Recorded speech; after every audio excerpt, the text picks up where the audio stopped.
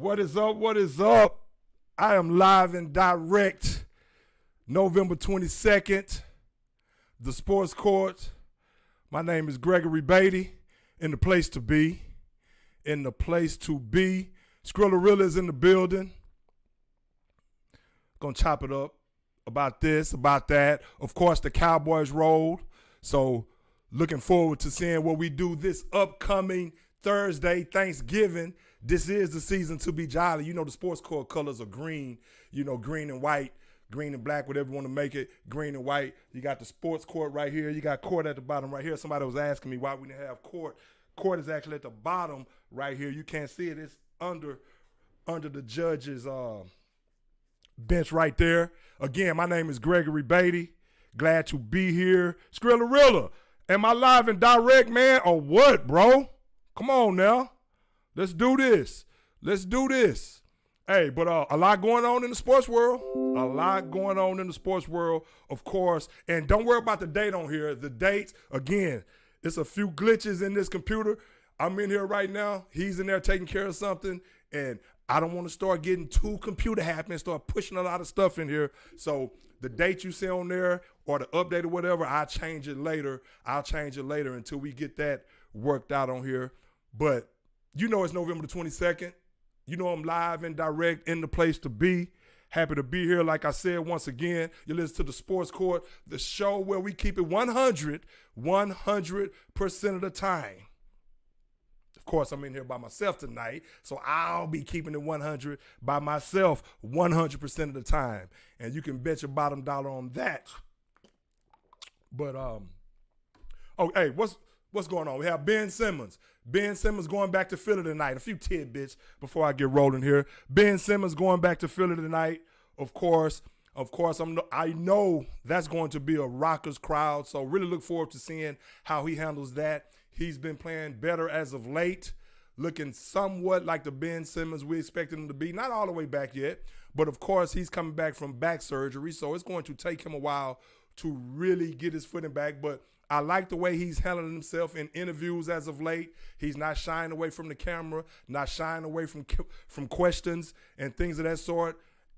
And I just like the way he's handling things, the way he's answering questions, the way he seems like mentally he's in a good place right now. So it's going to be very interesting to see how he performs tonight, how he handles that Rockers crowd from Philly, because you know Philly is going to bring it. Those fans are going to bring it. They do not hold back whatsoever and do not care about your feelings whatsoever. And of course, they feel like many of us do that he quit on Philly. So now he's going back to face the medicine, to take his medicine, and that's what it is. If he handles this well, that may bode well for the Nets moving forward. Of course, now they have Kyrie back in the fold as well. He's back from that suspension. So I'm looking forward to seeing how they're going to gel as a team. If Ben Simmons can give them anything that they expect from him, especially on the defensive side of the ball, because with Jacque Vaughn, they've been playing better defense as of late. So if he put up 22 points the other night. So if he can continue to be aggressive inside the paint and do things like that, go to the free throw line, whether he makes them or miss them, but continues to be aggressive, taking shots when they're there, that remains to be seen on a consistent basis. It would be good to see him do that in Philly tonight because, again, I'm a Kevin Durant fan. So that roster that they put together is 4 years in running, at least not Ben Simmons. He's only been there for a short period of time. But, of course, with Kyrie and KD, and, of course, they had James Harden. So now we're going to really see what the Brooklyn Nets are made of. Everybody's back in the fold. Let's see if they can be consistent. Everybody staying on the court, doing what they have to do, not missing any time for whatever reason. And we'll see what the Brooklyn Nets are really made of. Not crazy about that roster as a whole, but we know they have two superstars, potentially three, if Ben Simmons can be the number one pick that we know him to be, and the talent that we know that he has, the talent that we know him to be, if he can be that guy more often than not and just play with some confidence, especially on the defensive side of the ball, both sides of the ball, but definitely if he can set the tone on the defensive side of the ball, we can really, really, really get an understanding about this Brooklyn Nets team moving forward. Of course, LeBron James, staying in the NBA for a second. LeBron James, he's still out with that growing injury. And, of course, at 38 years old now, I don't know how soon LeBron is going to be back. But Anthony Davis has been balling since LeBron has been out. He has been balling. I think he went 3 straight games where he had over 30 points and 15 rebounds. Now, that's the Anthony Davis that the Lakers need. Now, we're going to see exactly which Anthony Davis shows up on a consistent basis once LeBron gets back. Because I had someone pose a question to me, do you think LeBron is going to run the offense through Anthony Davis when he comes back? Of course he is. LeBron is a very cerebral player. And when he recruited Anthony Davis to come to the Lakers, when he signed off on that, that was all about Anthony Davis at this point. Even as much as last year, he was expecting Anthony Davis to be that guy that he can lean on. So, of course, LeBron James, being the number one ball handler on that team, of course he's going to run that through Anthony Davis if Anthony Davis can stay healthy, number one, and can continue to set the tone for the Los Angeles Lakers. But I still don't think the Lakers are a championship team. I will say that. But I like the way Anthony Davis has been playing of late. What else is going on? I mean, a lot. Now, basketball season, it's getting deeper and deeper into the season, but not going to spend a whole lot of time on it tonight. Have a lot of college football to talk about and a lot of NFL to talk about. So as the weeks progress, of course, I'll talk more and more about the NBA because you know I love me some NBA basketball. I will say this. I think the Golden State Warriors, I think they're going to catch their footing. Klay Thompson, now that he's further and further removed from that Achilles injury and ACL injury, now that he's further removed from that, he's starting to look like Klay Thompson, at least as of late. Now, I don't know if he's going to consistently get back to the Klay Thompson that we all know and we all love, but he had 10 threes the other night against the Rockets, of course. Of course, the Rockets, Golden State,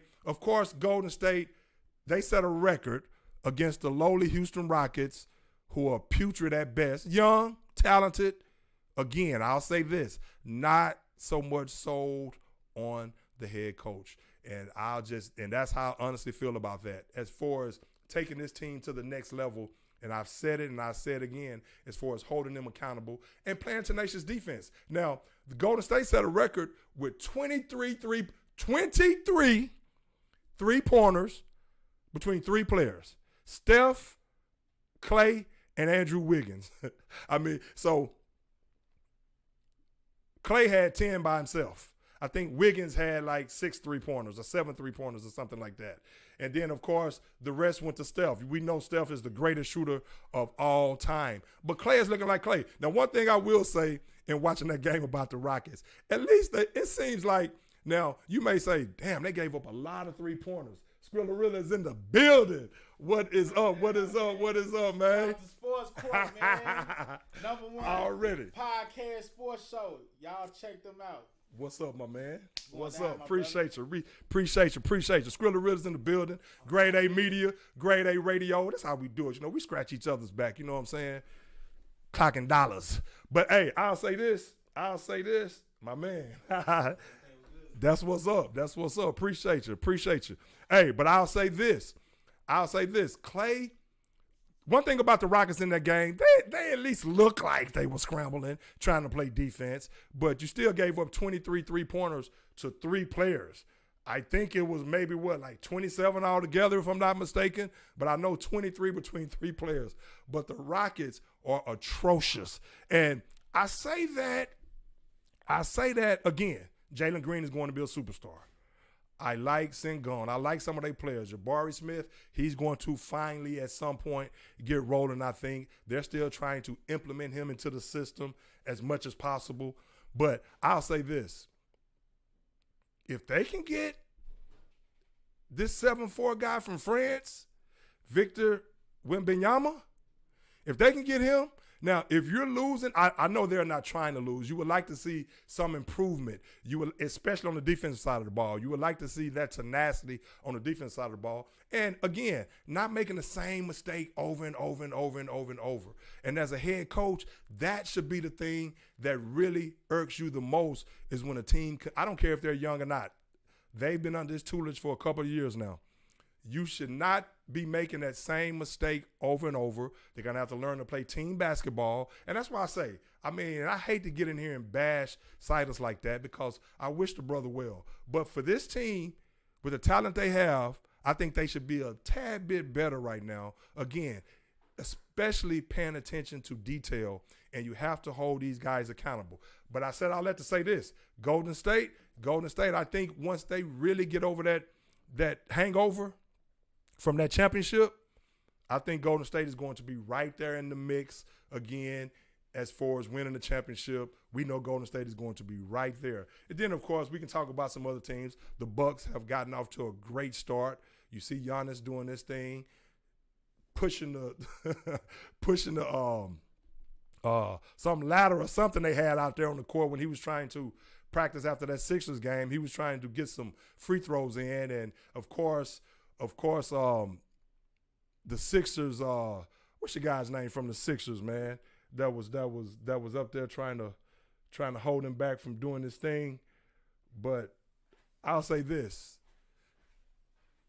I like what Giannis did in that regard. As far as, hey, you don't come interrupt what I'm doing. I don't care if I'm on the road or not. This is after the game. So I like the way Giannis showed that attitude right there. And he said, get this damn ladder out the way. And, and the rest is history. But that's just a quick tidbit right there about the Milwaukee Bucks. The Celtics, they won 9 in a row. Just actually lost, but they're looking like the Celtics of last year, and even better with some added additions. So, hey, so the NBA is in full swing right now. Of course, the Cavaliers, there are some other teams that's doing well to start the season. The Cavaliers are doing well. They're looking good. Minnesota, they're going to be a juggernaut, I think, as the weeks progress. I think because of their talent with Karl Anthony Towns, of course, Anthony Edwards, and D'Angelo Russell as well. But I like what the Minnesota Timberwolves are doing as well. And, of course, I know there are some teams that I'm not mentioning that's actually gotten off to a good start this NBA season. But, again, I'll talk about them as the weeks progress. I'll talk more about them. But as far as injuries are concerned, man, you have a lot of injuries. Ja Morant, of course, Memphis is playing without Desmond Bane and Ja Morant. Ja Morant, the most, in my opinion, even though Luka's my favorite player in the game, of course, the Mavericks have gotten off to a good start as well with Jason Kidd. Luka's doing this thing. May be the front runner for the MVP this early on in the season. I would say as much right now. But Ja Morant, as far as the most electrifying player, now he's out with the ankle injury. And that's the only concern I have about Ja Morant moving forward. He's been banged up a lot lately with injuries to his knees, to his ankles, and the way he plays, he reminds me of Allen Iverson, the way he plays. And that's what concerns me about him moving forward because he's a high wire act, and he's always up in the air doing things, coming down, landing, however he can land or whatever. But he doesn't play scary. I do like that. But he's going to have these ankle injuries and these knee injuries, and I hope those injuries do not accumulate at this young age that he has right now. I don't want him to be that guy that you remember Grant Hill? Do y'all remember Grant Hill? How great Grant Hill was until he started having all these ankle injuries and foot injuries, and that derailed his career. Had a long career. A great player, but he was on superstar status until he started having those ankle injuries. So hopefully Ja heals up and he quit having these ankle and knee injuries that hold him out for a short period of time. But, hey, you have him. You have Embiid that's out with the sprained foot. You have Zion, of course, continues to miss games for whatever reasons. I know it's early in the season. Kawhi and the Clippers, now they're getting back in their groove because now they have all their players healthy. And Kawhi Kawhi is a guy that, with that knee injury, you don't know when it's going to flare up. So you have to get as much out of him as you can. But this is a day and age where if you think you're going to buy tickets to a basketball game and you're automatically going to see your star player, the days of Kobe Bryant and Michael Jordan, those days are long gone. Those guys brought it every single night because, and LeBron James when he's healthy, but of course at 38 years old, he's not going to be healthy like he used to be, where he was just the Iron Man, where he just, he could play through every and anything, and he never got injured. Now, of course, at 38 years old, what do you expect? Or soon to be 38, I think, in December. What do you expect? What do you expect? So it's not surprising, but that's why they got Anthony Davis. But again, the Clippers, with a full roster, they're a juggernaut, and there's a lot of teams that's going to be vying to take Golden State off of that championship medal. But again, Memphis has to get healthy with Desmond Bane, Ja Morant, of course, Jaren Jackson Jr. Again, I think the Pelicans are a dangerous team with McCollum, of course, Zion. They have some players. They have some players on that team. And so we'll see what they do moving forward. Zion has to stay healthy. You have Brandon Ingram doing this thing. They have a nice bench. They have a lot of depth. The Pelicans can be scary. When healthy, the Pelicans can be scary. But Zion has to stay healthy. But what else is going on? A few other tidbits. As far as the NFL is concerned, Jameson Williams is on his way back for the Lions. The Lions are looking pretty good at 4-6. They're right in the thick of things right now. But Jameson Williams on his way back, and they're still probably going to get a high draft pick. Just say, for instance, if they got somebody like Bryce Young, who I still think is the best quarterback in the draft. Of course, I love C.J. Stroud as well. We'll talk about that matchup coming up this weekend between the Buckeyes and Michigan. It's time for Ohio State to put Michigan back in their place where they've been for most of the last 20 years, where they've been on the losing end of most of these games. And it's time for them to make up for what happened last year in Michigan, where the Buckeyes just got punked. I know I hear all this, well, they had the flu, and I know the weather was bad and all this and that. They lost 42-27, but they got punked. They got punked at the line of scrimmage, and they have to reverse that this season. They're playing in Columbus. It's time to beat the snot out of Michigan, and that will be C.J. Stroud's. That should be C.J. Stroud's Heisman moment. If he can deliver in that game and deliver big time to a victory, that could be his Heisman moment right there. But speaking of the Buckeyes, of course, Chase Young, quick tidbits right quick. Chase Young is returning from the IR the same way Jameson Williams is. Wide receiver out of Alabama, first-round draft pick. That's going to give Jamal Williams, the running back for them, of course, when DeAndre Swift gets back. The Lions have some pieces where they can be dangerous in the years to come, and I love the way they're playing for Dan Campbell. But if they get them a legitimate quarterback, and nothing against Jared Goff, former number one pick, he's doing what he has to do to keep them in the mix. They put up points from time to time, but he's not the franchise quarterback. If they get a top 10 pick, which they will, I'm sure they're either going to take either Bryce Young, Will Levis from Kentucky, who I like a lot, who is flying under the radar, but a lot of these teams like him more than even C.J. Stroud and Bryce Young. I like Bryce Young, then C.J. Stroud. Will Levis is the prototypical quarterback. Of course, once they get to the combine, I know everybody's going to talk about how smart he is. And, of course, something is probably going to come out how C.J. Stroud is not a chalkboard guy, how Bryce Young probably is not a chalkboard guy, and Will Levis is going to be this smart chalkboard guy who can make every throw. But one thing I will say about Will Levis as well, and I like Will Levis, he can make every throw, big, strong quarterback. He can always say, hey, I didn't play with some of the talent that those guys play with at Ohio State and Alabama. So that can be his argument right there. But we'll see how it all shakes out. But you have Jameson Williams coming back. You have Chase Young coming back off of IR from that ACL injury. Of course, Jameson Williams from that ACL injuries. Do I need to talk about ACLs again? I've been there with the ACLs. You all have heard me talk about it on the show a number of times. And sometimes players come back from those injuries quicker than others. So Chase Young, it's kind of taking him a while. Jameson Williams, he got hurt in the bowl game last year. I think the SEC championship game, if I'm not mistaken, early in that game. So that was, January? Late December, January? So he's been out for a while. But they say they were taking their time with him, letting him get healthy. And so now he's supposed to be healthy. They have 21 days to activate him to the roster. So we'll see how that shakes out. Melvin Gordon, released by the Denver Broncos. The Broncos, who have been a major disappointment with head coach Hackett and, of course, Russell Wilson, the quarterback who they signed to all this money, to millions and millions and millions of dollars, and that hasn't panned out whatsoever in his first season with Denver. So I'll say that. And what about TCU? TCU remained undefeated. Now, I was not in here last week after I predicted that TCU would lose to the University of Texas. They made me believers in that game. They've been surviving all year. The Cardiac Kids. I remember North Carolina State in basketball back in '83. You remember when they beat my Houston Cougars back in that championship game with Clyde Drexler and Akeem Olajuwon, that great Cougar team who I never missed a game the whole time those guys were there.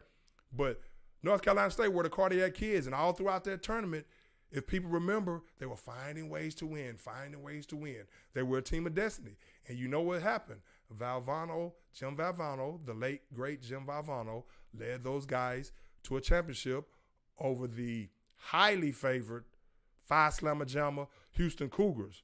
So, hey, TCU, is it one of those years? I hope not, because, of course, I'm a Buckeye, so you know I hope it's not one of those years for TCU. But when they played UT a couple of weeks ago, they really made me believers because I had been watching highlights and things like that, so I hadn't really just sat down and watched them. Love Max Duggan from Iowa, brings his hard hat every week. I remember watching him last season when Zach Evans was there, and I said, okay, he's a nice option quarterback. I didn't realize he was this good of a passer. Now they're letting him throw the ball around the yard more, and they're using him more than just an option quarterback. So he's a dual threat. I love his moxie. I love his toughness. I love his leadership. I just love the intangibles that Max Duggan brings to that team. And, of course, what can you say about Sonny Dykes? He's come in there and just turned that program around, just changed the culture. Gary Patterson, of course, he was a great coach for TCU. I think they stopped listening to Gary Patterson. Sonny Dykes comes in. They have a new voice, and he's turned some things around. He's changed the offense. Now they're more up-tempo. They're passing when they should pass. They're running when they should run, and they're keeping teams off balance and doing both of those things when maybe they shouldn't be doing those things. They're not as predictable is what I'm saying. And I think they were last year. They were very predictable last year with Gary Patterson before he was ousted. But I love Max Duggan. I love what he brings to the table as far as his leadership and the way he plays the game. The guy is tough as a cookie, and you are never out of it. And when you have a quarterback like that, your teammates, the teammates of a guy like that, they're just going to feed off of his energy. They're going to feed off of his energy. And that's what TCU has been doing. They feel they're never out of it with Max Duggan at quarterback. But what I like when I watched them against UT a couple of weeks ago, I didn't realize the defense was that good. The defense was that stout, even though there's some games where they've given up some points early in the season and they've been finding ways to win. But they showed me something in that game against UT because I thought UT was actually going to beat TCU, especially playing in Austin right there. But Quinn Ewers, still young. I think he's going to be a great quarterback. I still love watching them play. I still love watching the way he flicks that ball. I love the way he throws that ball, but he still has a lot to learn. He has a lot to learn. You have to remember, this guy is supposed to be a true freshman. He comes out of high school a year early before he goes to Ohio State, ultimately transfers to UT. So he's only, 7 games into his career. So, you have to remember that as well about Quinn Ewers. As great of a talent as he is, he's going to make some mistakes. He's making overthrows, making bad reads at times. but I love the arm talent. And so we'll see what happens next season. I know I've said before I get back to TCU, I know I've said before that Arch Manning, he may want to rethink things. I may retract on that a bit because I don't think Quinn Ewers is he may be a Heisman candidate just because of the things I just stated. And of course, he's playing with Sarkisian and he's playing at UT. I'm sure they're going to be projected next season, even though they've lost 4 games this season. Of course, they're still hoping to get into the Big 12 championship game, but they would need some help from Kansas this week, who they just beat last week. Bijan Robinson rushed for 243 yards, 4 touchdowns, first rounder. I don't need to go into it anymore about Bijan Robinson. Best back in the country. And, of course, Kansas has to beat Kansas State, and I think Baylor has to lose. No. Someone else has to lose. Someone else has to lose for them to get in there and face TCU. But someone else has to lose, and they have to win, and Kansas has to beat Kansas State, and of course they have to win out for them to get. But with 4 losses, the playoffs, that is out for UT. But TCU, again, check this out. You're talking about an amazing comeback against Baylor, 29-28 on the last-second field goal. Was that executed to perfection or what?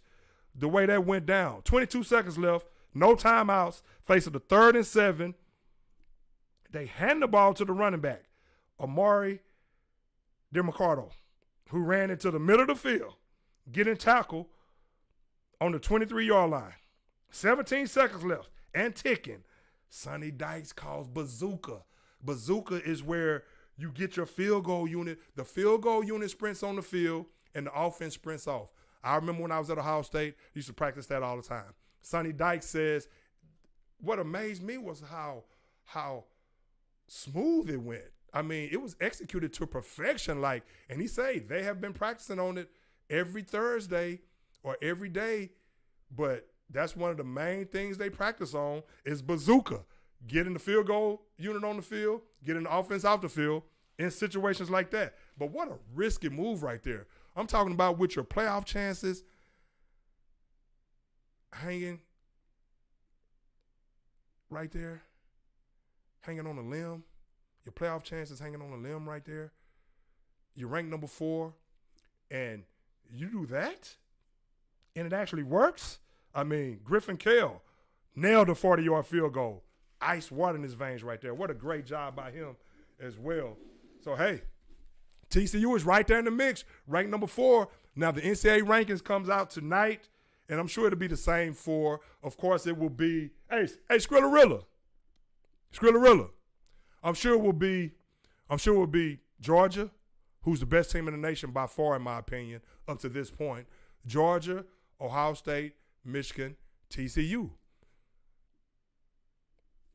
So we shall see. But before I get into some other, USC is right there. I'll talk about them here in a second. They have Notre Dame, who's been playing some great football as of late.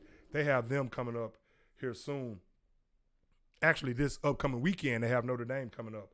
But I just want to talk about, remember the guy Travis Hunter from Jackson State, who Deion Nair from Suwanee, Georgia? That's actually where the Atlanta Falcons headquarters are based, in Suwanee, Georgia. And it's getting hot in here. But Travis Hunter, Jackson State, top cornerback in the nation, goes to Jackson State to learn under the tutelage of the great, legendary Deion Sanders, the best cornerback to ever play the game. Coach Prime doing a tremendous job right now at Jackson State. Love what he's doing at Jackson State. But this guy, Travis Hunter, he's the real deal. Now, in 6 games this season, because he missed the first part of the season because of an injury. Check this out. The other day against Alcorn State, he had a pick 6 for a touchdown, 44 yards. Touchdown. Broke up 3 passes. Made 4 solo tackles. So, and on offense, he had a handoff and he caught a touchdown. Toe tap. So Deion has him playing both ways. He's pulling the Deion Sanders right now. And I'm going to tell you this. Of course, he's at Jackson State. He's going to be a first rounder. And I'll say this as well. And I'm not I'm not advocating that Deion leaves Jackson State. I love what he's doing for the small black schools, or that just the all the small black colleges, all the black colleges. I love what Deion Sanders is doing for those HBCU schools. I really do, and in particular, Jackson State has put them back on the map. We all know Jackson State is the alma mater of the late great Walter Payton, Hall of Famer. Many say is the best running back of all time. That's where, of course, Walter Payton went, and Deion has put them back on the map. But again, he's brought a lot of attention to the HBCU schools. But I'll say this, as far as Travis Hunter going over there when he could have went anywhere in the country, if Deion leaves and goes, now they say that Colorado is in the mix right now, South Florida. Deion refutes those reports. He says those are not accurate because maybe those are not the two schools that's on his radar that he wants to go to.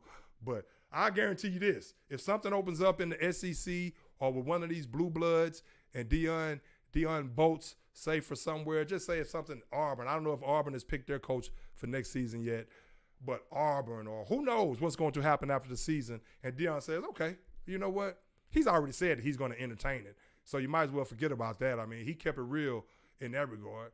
I'll be crazy not to entertain it. So, and that's and I don't blame him for that. But I said all that to say this. Travis Hunter is going wherever Deion is going. Travis Hunter is going wherever Deion is going. But the guy is going to be great. He's great right now as a true freshman, and he's showing why. Now, of course, he's not playing against the same level of competition that he would have been playing in if it was the SEC or the Big Ten or the Big 12 or the Pac-12. But, hey, it's a lot of great players, Hall of Fame professional football players that has come from small black schools. And Travis Hunter seems like he can be another one of those guys just from the early reports or from what I see early. And, of course, again, he's learning under the tutelage of the great Deion Sanders. Now, Jackson State will play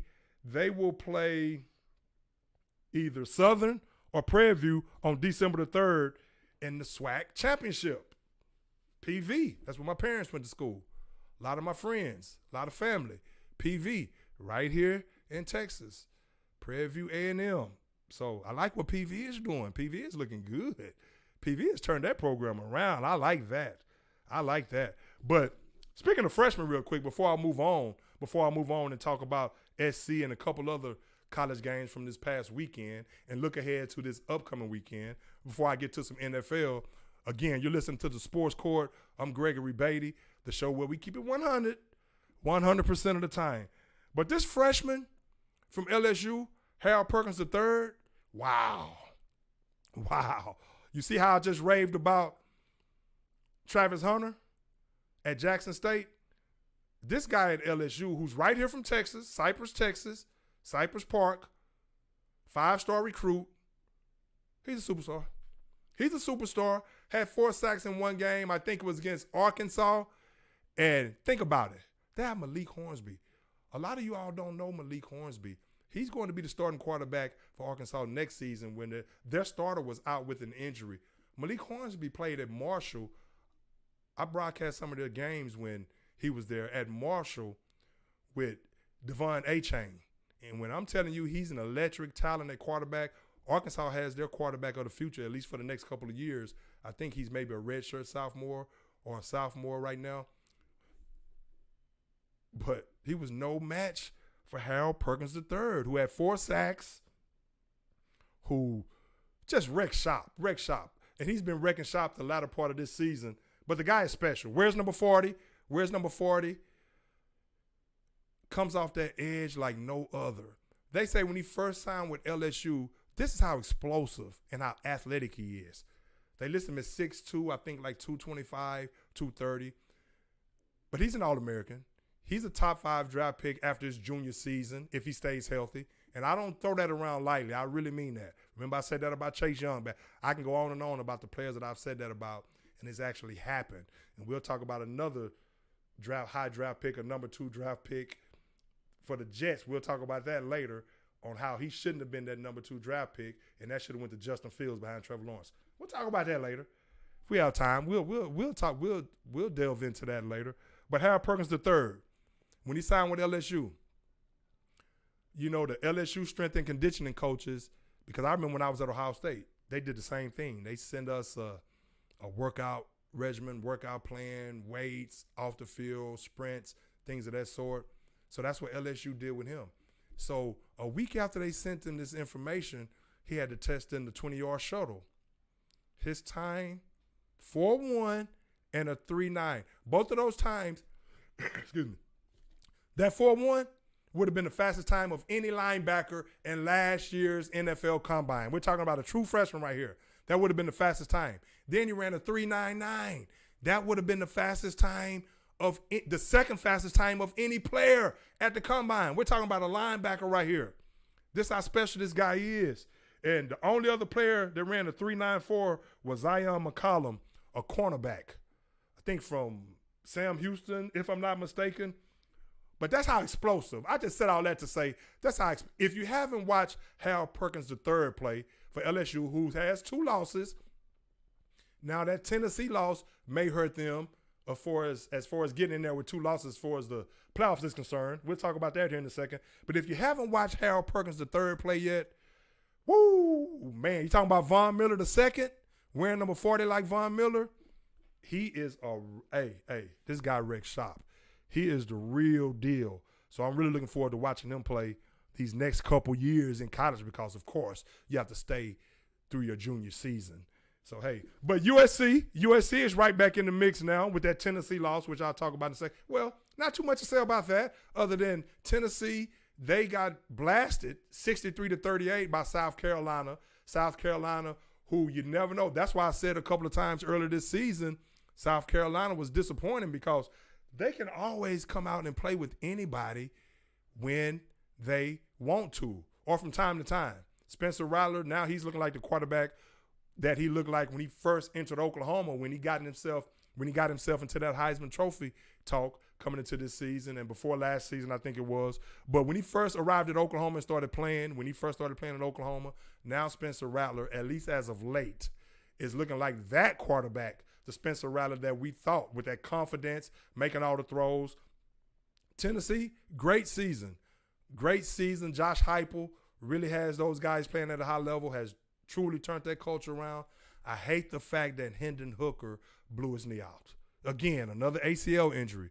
Man, things are moving so fast. These guys are so big, fast, and explosive these days. I mean, ACL injuries have always been very prevalent in football, but of course with the technology now, people are coming back from them. It used to be back in the day, you get an ACL injury back in the 70s or 80s or whatever, you're done. Your NFL career is over for the most part, more times than not.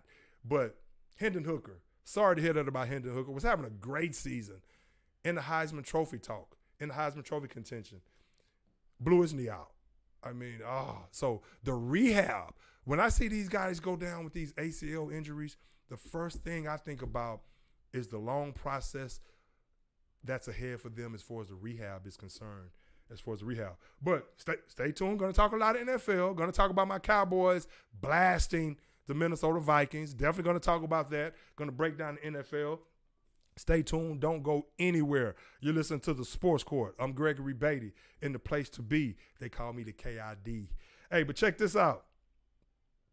48-45, USC. Now, they play Notre Dame next week. I love what Notre Dame has been doing. Now, again, like I said, that Ohio State victory over Notre Dame early in the season looks even more impressive now because Marcus Freeman has those guys playing at a very high level since losing those first 2 games. He solidified himself as the coach of the future, the coach for the next 15 to 20 years if he wants to stay there at Notre Dame. We'll see what they do as far as recruiting. They haven't changed their stripes as of yet as far as that's concerned, but if he's able to get the recruits that he wants for the most part, and they give him free reign on who he can go get, and they lower some of those restrictions as far as getting into Notre Dame, I think Notre Dame can be a true juggernaut the way Marcus Freeman has those guys playing. But that's who USC faces next week. USC beat UCLA in that rivalry 48-45 this past weekend. Caleb Williams, I mean, what can you say about this guy? Transfer from Oklahoma, of course, with his coach Lincoln Riley. 470 yards, 2 touchdowns, 1 interception. He's just a true sophomore, so he'll be a top 5 pick after next season at quarterback. 122 QBR. The guy was special. 4 touchdowns. Now, it wasn't any defense being played by any of these teams, but they are the only team that gives the Pac-12 hope of getting into the playoffs. Now with the Tennessee loss, so that doesn't bode well for LSU, because now if USC runs the table, which they still have to actually win against Notre Dame, that's why I made that point about Notre Dame playing so well right now. Of course, they have to beat Notre Dame coming up this weekend, which is going to be a tough task. The way Notre Dame is playing, we shall see. We shall see. And, of course, they have to win the Pac-12 championship. And then USC, of course, it is USC. It is USC. So you know it'll be very tough for the committee. If USC wins out, more than likely they're in, you would think. Now, we'll see what happens with TCU.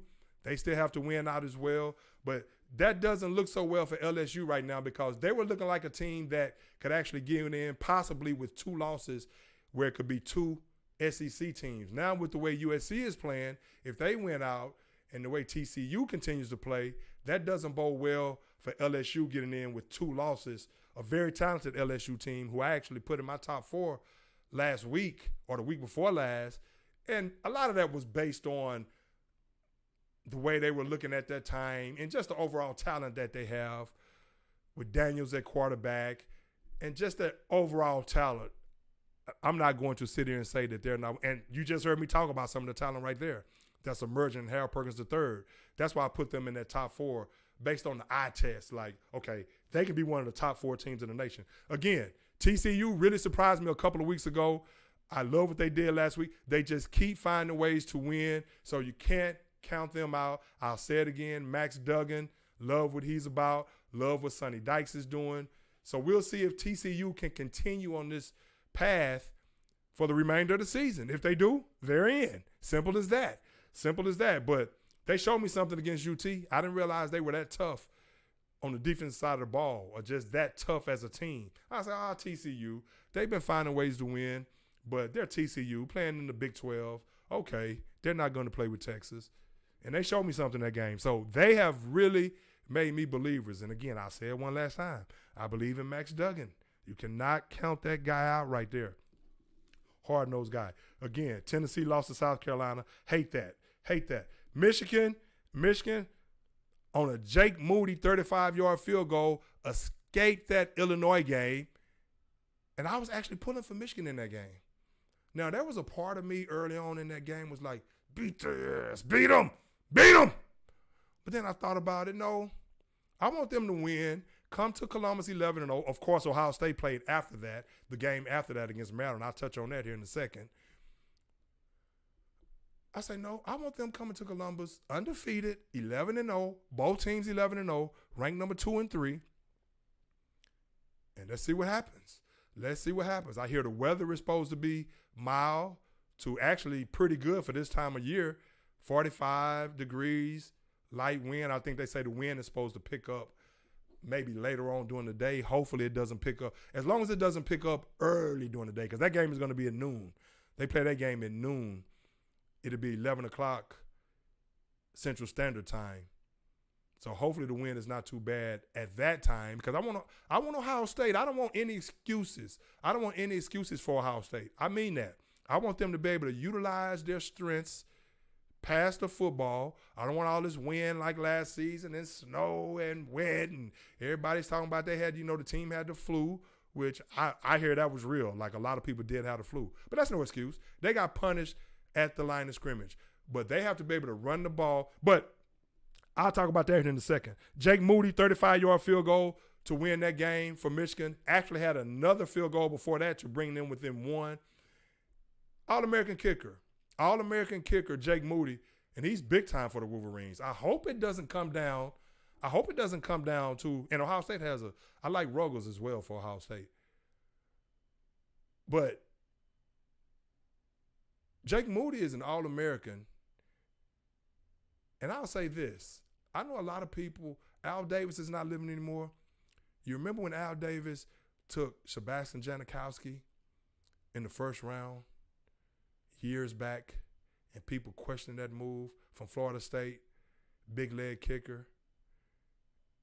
Turned out to be a pretty damn good kicker.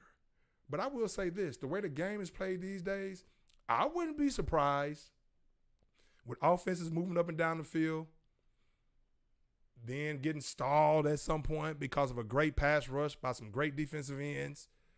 You're going to need some big-time kickers to bail you out of a lot of these games. I wouldn't be surprised if somebody took Jake Moody in the first round. I don't think that's beyond the realm of thinking. I mean, think about it. I mean, field goal kickers put points on the board as well. And if you feel that field goal kicker, if you feel the field goal kicker is that special, that particular field goal kicker is that special where he can win you games, I don't see nothing wrong with taking a field goal kicker in the first round. I mean, somebody that, but he has to be special. He has to be special. Of course, Al Davis also took one of the best punters of all time, if not the best punter of all time, Ray Guy. God rest his soul. Took him, who just passed not long ago, as a matter of fact, took him in the first round in the 1972 draft, if I'm not mistaken. But Jake Moody won the game for Michigan. Hard-fought game. Illinois played their hearts out. Chase Brown, a tremendous young running back. Michigan, Blake Corum, I hope he's healthy. He says he's going to play this upcoming weekend. I hope he does, because I don't want any excuses. Now, I can easily sit here and say that we won't have our preseason All-American, Travion Henderson, but I'm not going to say that. Because to be honest with you, the guy that they put in the game that I've been telling y'all about all season that they need to put in the game, you remember the freshman I was telling y'all about? You all should watch, Dallin Hayden. You see what he did last game. Actually did it the game before that too, that flew under the radar when they put him in and he ran for 102 yards after Myon Williams got hurt. Ran for 146 yards this past game against Maryland. But real quick about Michigan. I hope Blake Corum is healthy because, for one, he's a tremendous young talent, tremendous kid, seems like, and a tremendous running back. So I don't root for injuries. I don't care if it's the team that I don't like or the team that's playing against my team. That's one thing.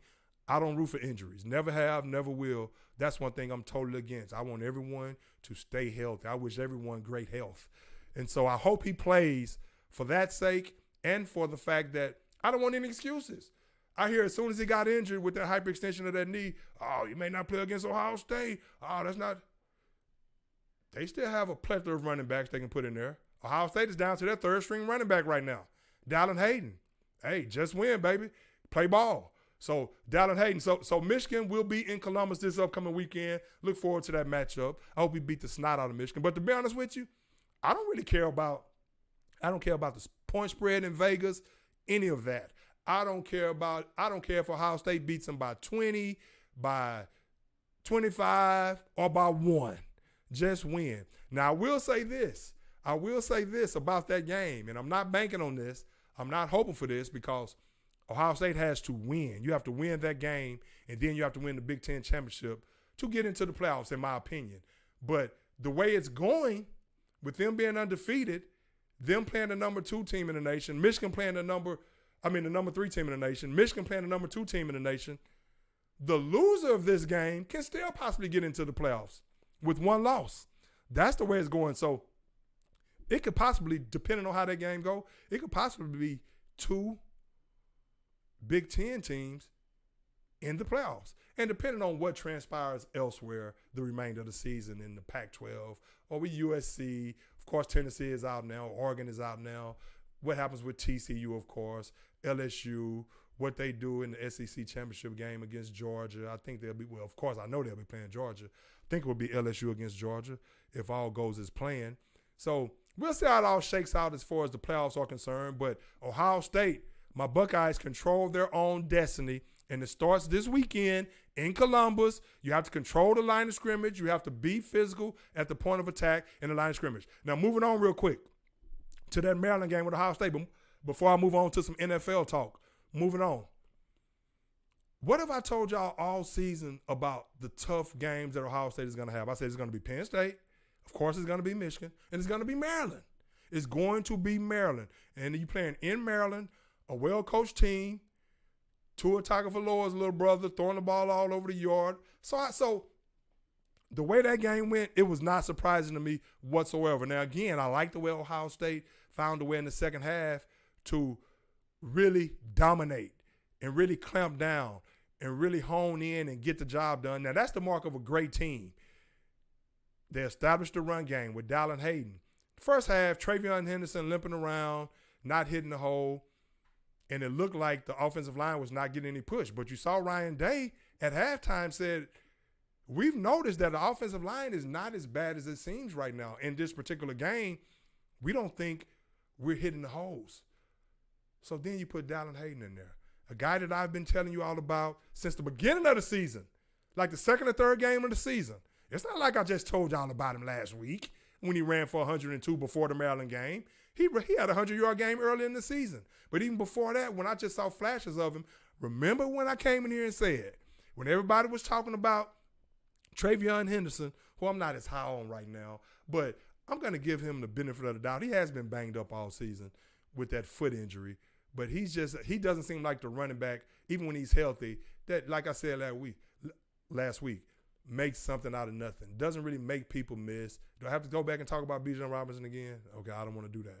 But Dallin Hayden, I said, the best running back may be the third stringer, and they have to find a way to get him on the field. I always wonder why he was never back there on kickoff return. Put your best players on the field. Now, number 10 had a pretty good damn return last week. But I'm saying to myself, put Dallin Hayden back there on kickoff return at least if you're going to play Travion Henderson and Mayan Williams. Now, I don't know what the status is for Mayan Williams. So you're talking about, okay, Blake Corum. We have two potential All-American running backs that's out right now. That was on All-American paces. Travion Henderson, who I do not see playing this upcoming weekend, and Mayan Williams, who I don't think is going to play this weekend. So Ohio State is leaning on a true freshman who I told y'all early in the season may be the best of them all. And I was listening, and he ran for 146 yards the other day. And you saw him hit the hole. And you saw, from Memphis, Tennessee, true freshman, can do it all, can catch the ball out of the backfield. You can split him out wide at wide receiver. And I heard Greg McElroy, who I love listening to, as a matter of fact. Love Greg McElroy. Of course, the same namesake. What's up, Gregory? But he said, he made a comment, and this is his opinion. And, of course, he may not be the home run threat. When he was calling the game, he may not be the home run threat that Travion Henderson is. But I don't know. He has breakaway speed. And Greg McElroy said, but those 4 or 5 yard runs, which is true. But it kind of gave the impression that he was more of like on wide receivers, you have big play wide receivers like Marvin Harrison, who is special. Top 5 pick after next year. Wide receiver. Top wide receiver in the class. All-American this season. You have big play wide receivers and you have possession receivers. And in my opinion, McElroy, even though he probably won't say this is the case, but it kind of came off as if he was saying he's more of a possession type running back. No, I disagree with that. Yes, he's good in those 4 and 5 yard runs, better than Travion Henderson. But don't get it twisted. He's a home run hitter. He can take it to the house from anywhere on the field. Breakaway speed to go along with that short yardage and keeping the chains moving style, physical style. He can make you miss. He's a downhill runner, but he's a breakaway back. Make no mistake about that. He's a big play back. Dallin Hayden, number 5 for Ohio State. And you all are probably going to see that this upcoming weekend as well. 3 touchdowns last week. Again, I told y'all, he's probably the best running back of them all. I told y'all this about the 3rd game of the season when I watched him play. But real quick before I move on to some NFL again about Marvin Harrison Jr., man, I just rave when I watch this guy play.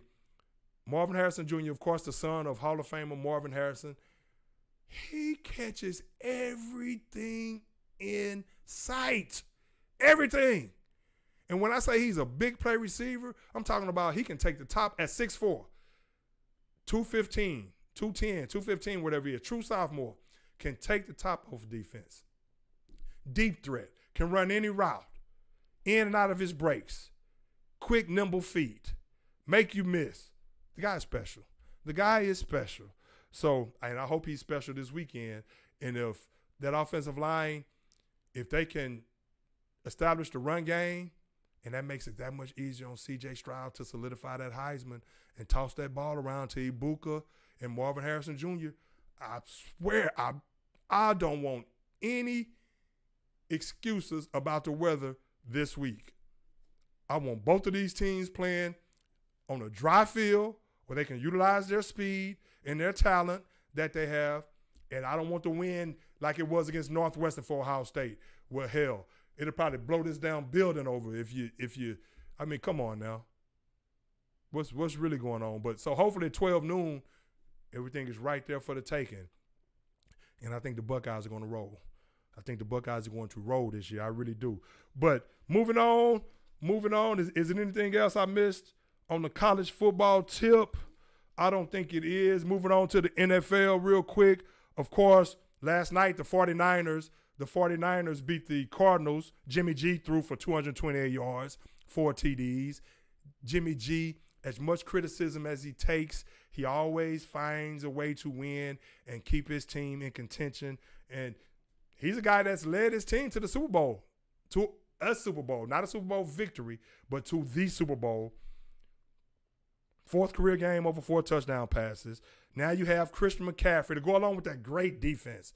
I mean, the defense, that's the 3rd straight game, 38-10 over the Cardinals last night. The lowly Cardinals. I mean, the Cardinals, who Troy Aikman said just quit, and I agree with him. Of course, Kyler Murray wasn't playing, but their head coach is gone. He's gone. Kingsbury is gone after this season. 3rd straight game for the San Francisco defense with 0 points allowed in the second half. I know my cousin Daryl loves that, but they look like a juggernaut in the NFC, of course, and they're going to continue to get healthy. But you add Christian McCaffrey. Now you add Christian McCaffrey into the mix, who only had 7 rushes for 39 yards last night, 7 receptions for 67 yards. But what he does, he gives them a weapon and somebody else that the defense has to account for. Coming out of the backfield as a receiver and also in the run game. So you have a superstar running back now to go along with that scheme that Kyle Shanahan likes to employ, that with that zone blocking and things of that sort. So the 49ers are a team to look out for. Of course, the Jets lost to the Patriots 10-3. Zach Wilson, and I'm not going to sit here and pile on Zach Wilson because Justin Fields is a guy that I told y'all that he should have been drafted after Trevor Lawrence. I thought Trevor Lawrence should have been the first pick in the draft last season. I really did. Now looking back on it, maybe Justin Fields should have. But I remember saying all throughout their junior years in college that it's really like 1A, like 1A or 1A. I mean, you can't go wrong either way. But I thought Trevor Lawrence was that special of a prospect, being 6'6", mobile, cannon for an arm, national championship. I thought that he should have been the first pick, a generational type prospect like an Andrew Luck or a Peyton Manning or guys of that ilk. I thought he was that guy, and it remains to be seen. He's getting better. He's getting better under the tutelage of Doug Peterson. But Justin Fields is looking even better. But Zach Wilson, that game, 10-3, they lost to the Pats. Now, you remember in the first game against the Pats a few weeks back, he threw 3 interceptions. Then he comes back, I think a week later, does okay in a victory that they got. Does okay, but wasn't making those mental mistakes. He was the second pick in the draft out of BYU. Had a hell of a highlight tape. Hell, even had me sold when I watched the YouTube tape. I'm like, damn, really? Really? This guy's tossing that ball around like that? So I said, okay, maybe they see something that I don't see in Zach Wilson. He may turn out to be a tremendous player. That's what I was saying when they took me number 2. But I'm saying to myself, are you kidding me? You pass up on Justin Fields? Could you imagine what Justin Fields will be doing right now with his former teammate Garrett Wilson, who was pissed off the other night? Now he's speaking his mind. He seems like he's one of these guys. Now he said what he had to say to the media, said a few curse words. Now he's like, okay, I can do this. I can really talk to the media. You can't really do that at Ohio State. You really can't voice your opinion like that. They're going to rein you in quick if you start doing that. The only guy I remember doing that was Zeke after that game against Michigan State, his junior year, when they didn't give him the ball, when they were coming off a national championship season, and then they were projected to win it again that next season and got upset against Michigan State in that game where Michigan State kicked that last-second field goal in Columbus to win the game. Ohio State probably had the best team in the nation that year. Then they went on to beat Notre Dame in the bowl game, annihilate Notre Dame. Probably had the best team in the nation that year, but that's what happens when you lose a game and now the committee can be like, well, you lost, blah, blah, blah, blah, blah, blah, blah. That's why you should win every game, at least try to. That's what makes college football so fun to watch week in and week out, because every week is almost like a playoff game. But Zeke after the game, Zeke like, I'm gone. They can't give me the damn ball, I'm gone. But Garrett Wilson was pretty much saying with the Jets is like, that was sorry what they put out there on the field. Check this out. Zach Wilson, putrid at best, threw for negative yardage in the second half. Like Max Kellerman said, and I agree with Max on this. Hell, was he? It's almost like he was turning around throwing the ball backwards. Seriously? You throw for negative yards in the second half? They accounted for a total of 103 total yards, averaged 2.1 yards per play against the Pats. The Patriots, who are looking pretty good, 6-4. Offense is garbage. Matt Jones is not playing worth a damn, but they need to get him a nice offense coordinator and get him some more weapons. I think he can be okay.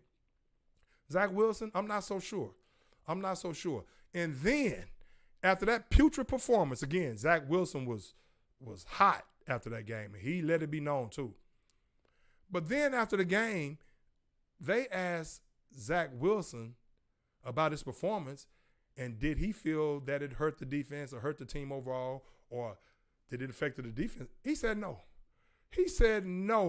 And walked off. Now, you're talking about someone that's not holding himself accountable. Quarterbacks have to be the leader on the team, whether or not it's his fault totally or not. You have to take responsibility, and that's how you garner the respect of your teammates and your peers and your opponents as well, by being accountable, and that's how you show your leadership qualities. Okay, it was my fault.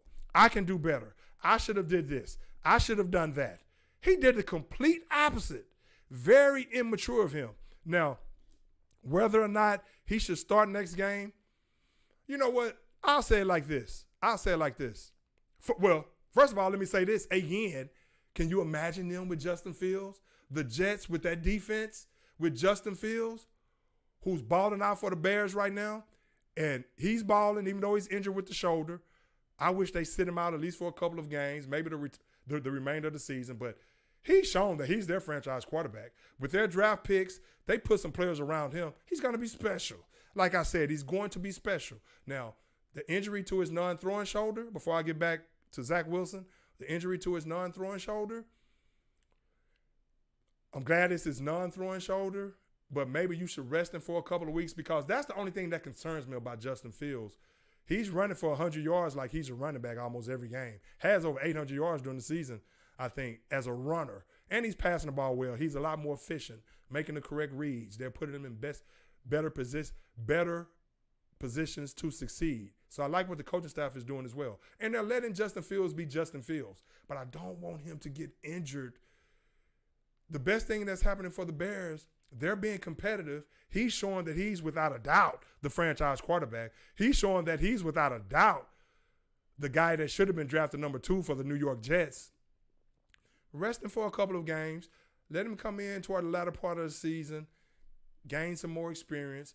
But you want to keep him healthy, though. That's what worries me about Justin Fields with his style of play. You remember Robert Griffin III? As much as I love RG3, as great of a player as he was in college and could have been in the NFL, you see his career got derailed running the football. But quarterbacks are going to be who they're going to be if it entails helping this team win. They're going to be the best that they can be. And if you're a dual threat quarterback, be a dual threat quarterback.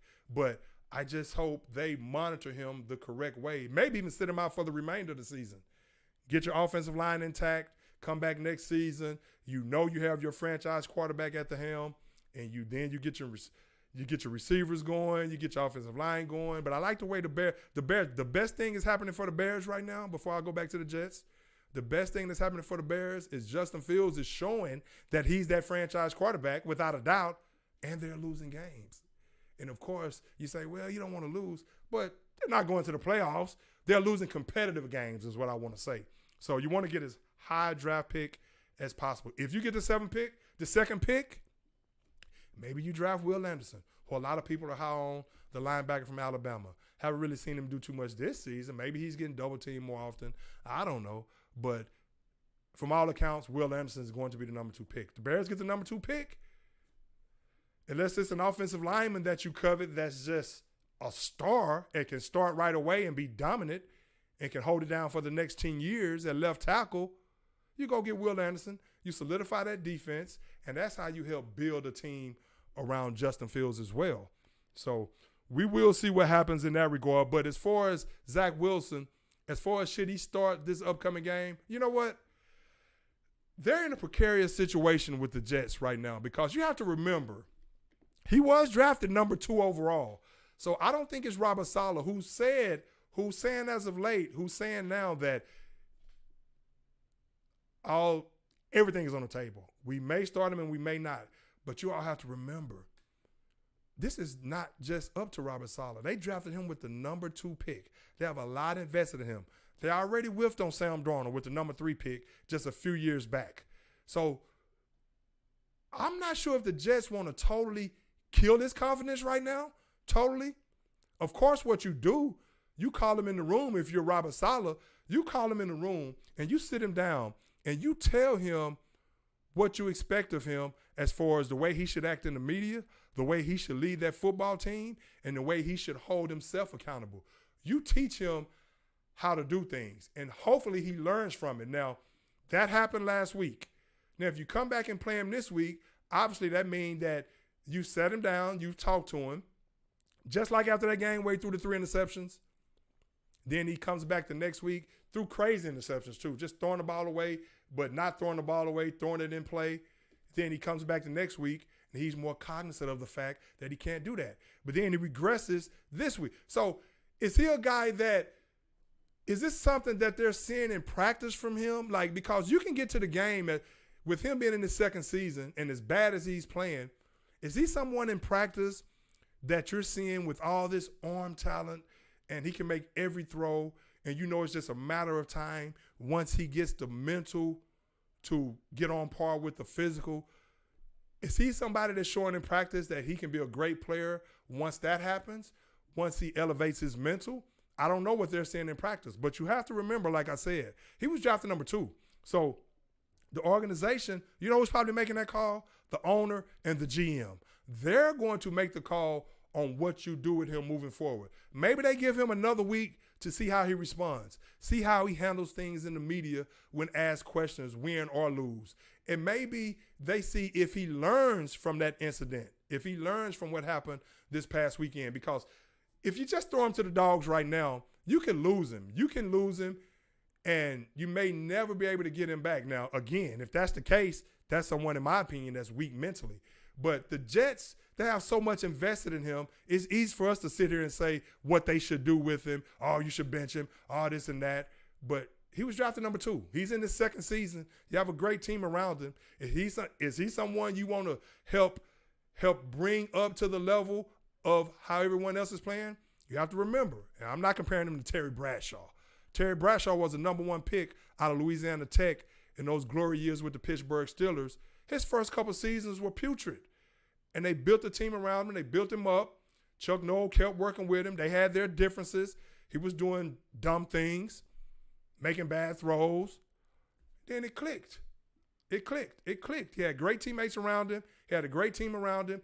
And then it all came together where the mental started meshing with the physical. So do they see that in Zach Wilson? We shall see. Now, that was very immature what he did, not holding himself accountable. Very immature. But again, is this something where they say, okay, let's see?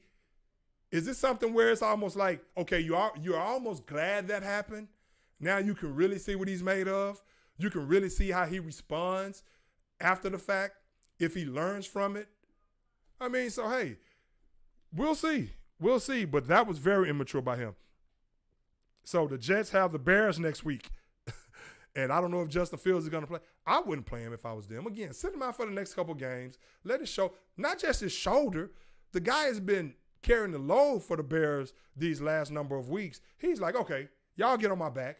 Just let him rest his body. Let him rest his entire body for a couple of weeks. And then, like I said, get him in these last few weeks to continue to learn, finish the season on a high note as far as the way he's playing. Get your draft pick, then do what you do from there. Ravens beat the Panthers 13-3. Ravens scored 10 unanswered points.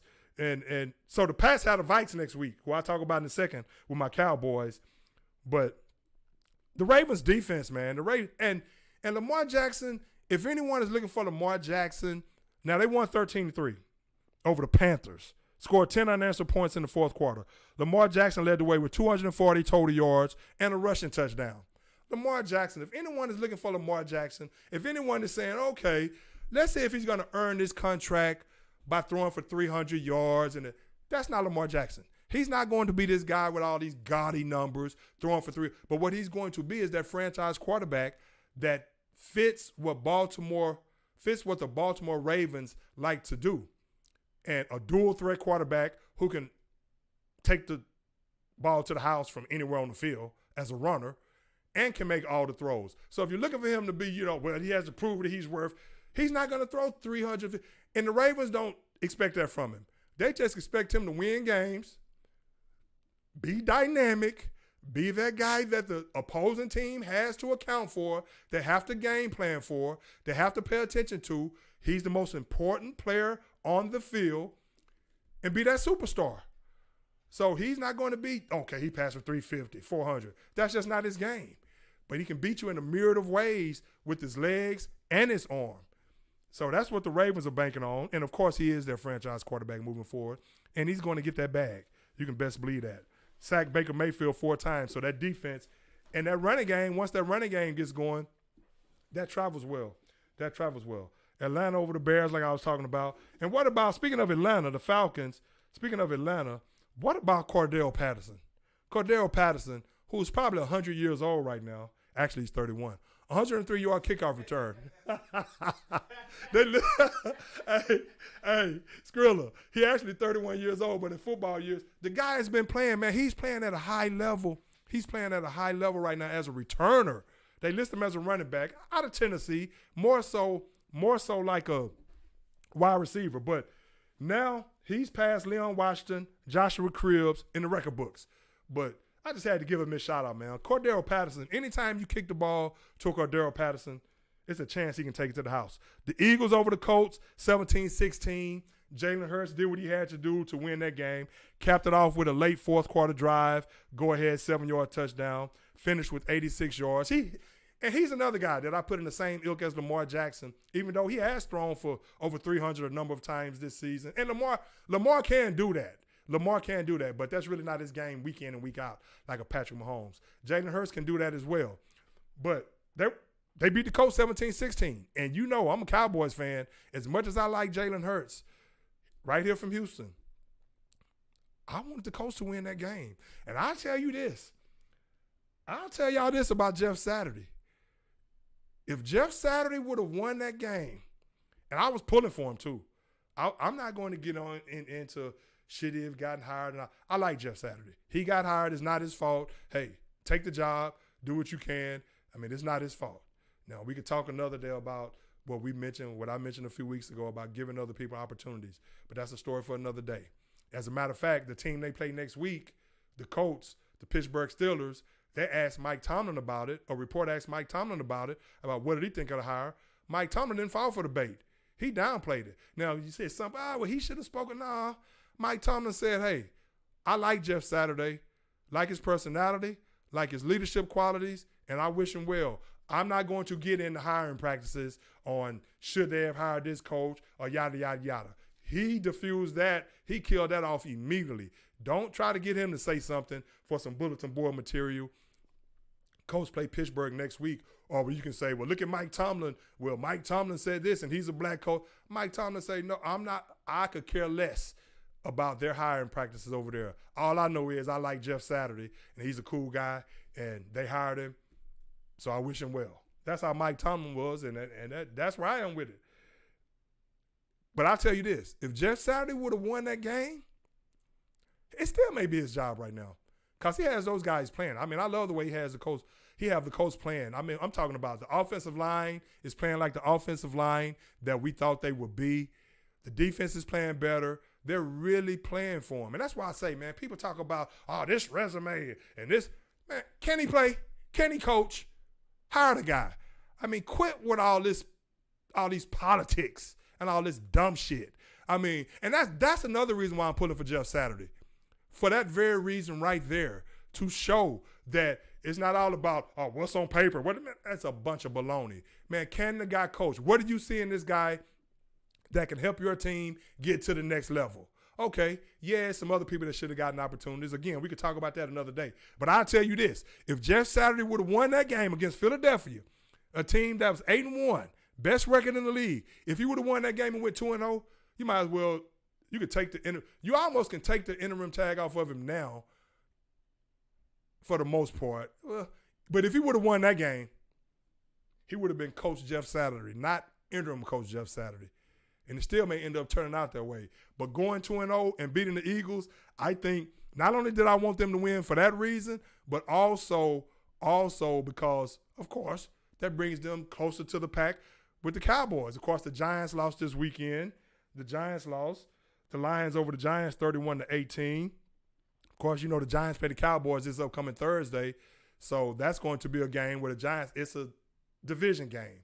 Now, the Lions, who I talked about earlier, the Lions are a team that's playing very hard for Dan Campbell right now, and I like what the Lions are made of, especially moving forward, especially if they get a big-time draft pick at quarterback, say like a Bryce Young or C.J. Stroud or Will Levis.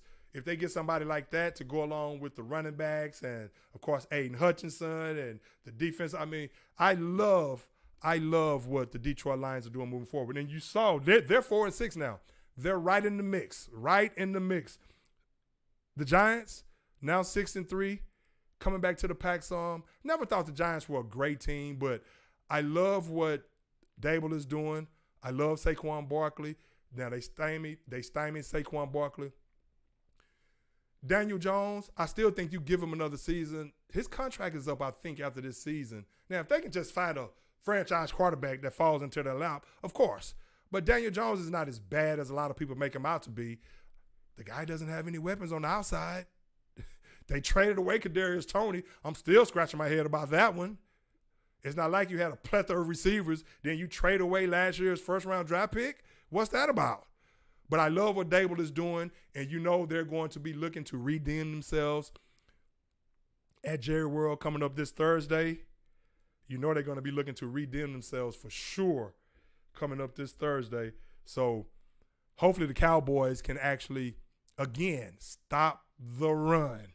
Stop the run. So the Lions have the Bills this upcoming weekend, and, of course, the Giants have the Cowboys. Speaking of the Cowboys, I know I have y'all waiting for a minute about the Cowboys, my Dallas Cowboys. You think I didn't want to come in here last week and talk about that loss against Green Bay where they just got punked at the line of scrimmage as far as against the run? You think I didn't want to come here last week? But what happened was, before they lost that game, I'd already had something else planned for that day. And I said to myself, damn. I said, you know what? I ought to cancel this plan, which I couldn't do, actually.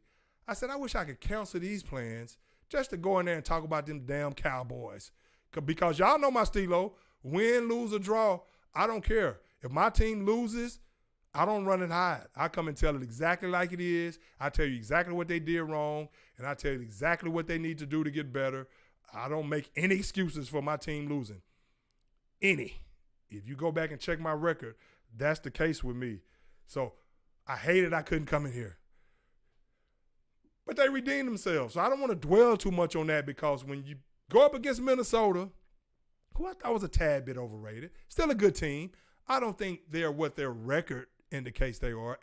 I've never thought that they were, up until they lost last week, I never thought that they were like a 8-1 type team, a dominant 8-1 type team. Had some victories that they pulled out. Yeah, they pulled out the victories. But I didn't see a team that was just a team that really scared me in the playoffs as far as being a team that could just beat anybody. Not crazy about Kirk Cousins, even though I don't think he's a terrible quarterback. And they have some players, Dalvin Cook, of course, Justin Jefferson, Adam Thielen. They have some players.